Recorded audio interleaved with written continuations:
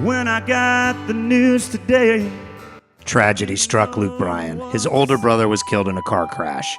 And it didn't stop there. A few years later, his sister died suddenly, leaving behind 3 kids. How did Luke overcome these tragedies? It all started back home with Luke in a small town in South Georgia.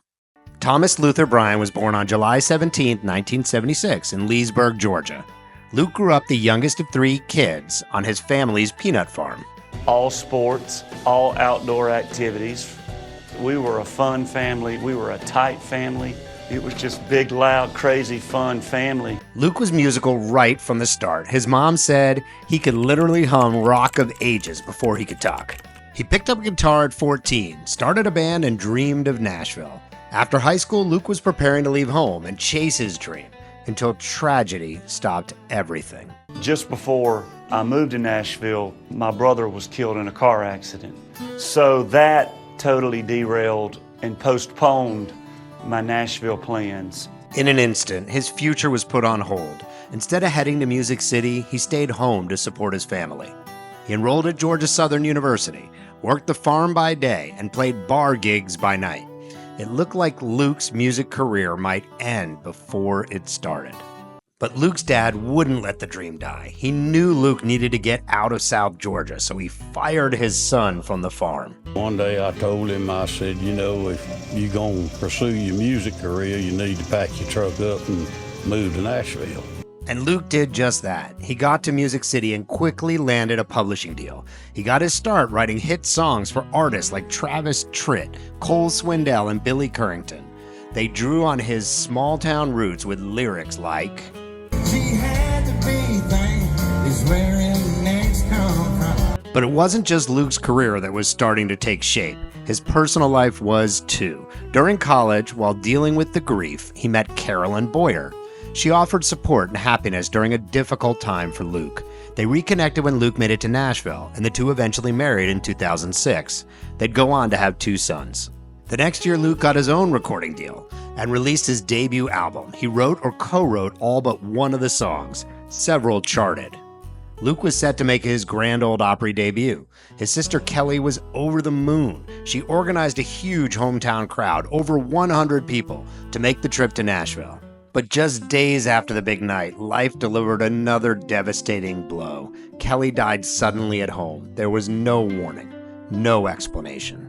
2 unthinkable, my only siblings, gone from the world in a flash in 2 different, crazy, tragic manners.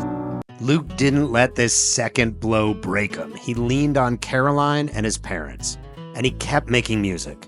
His second album in 2009 brought his first #1 song, which was inspired by his farm upbringing. Yeah, where I come from, rain is a good thing. Luke dominated the charts with a string of party anthems and heartfelt ballads.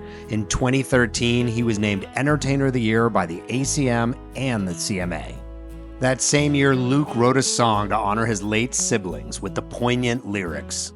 The good ones go too soon, but the good Lord knows the reasons why, yes. Amidst his career success, another tragedy hit Luke's family.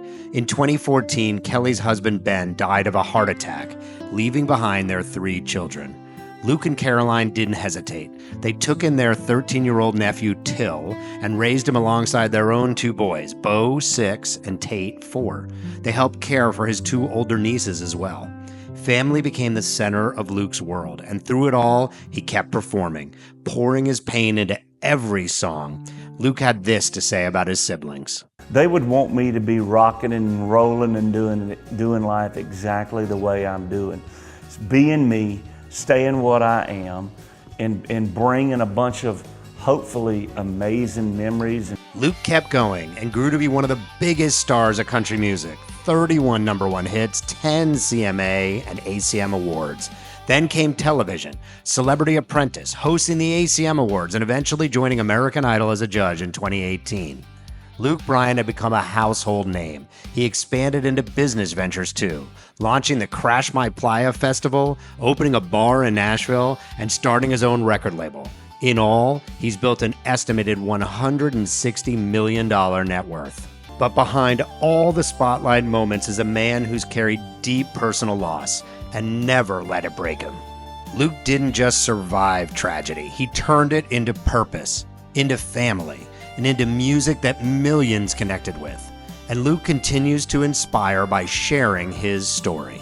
If me telling my story moves people down a positive path of hope and getting up out of the bed and getting back going, then it's certainly worth telling.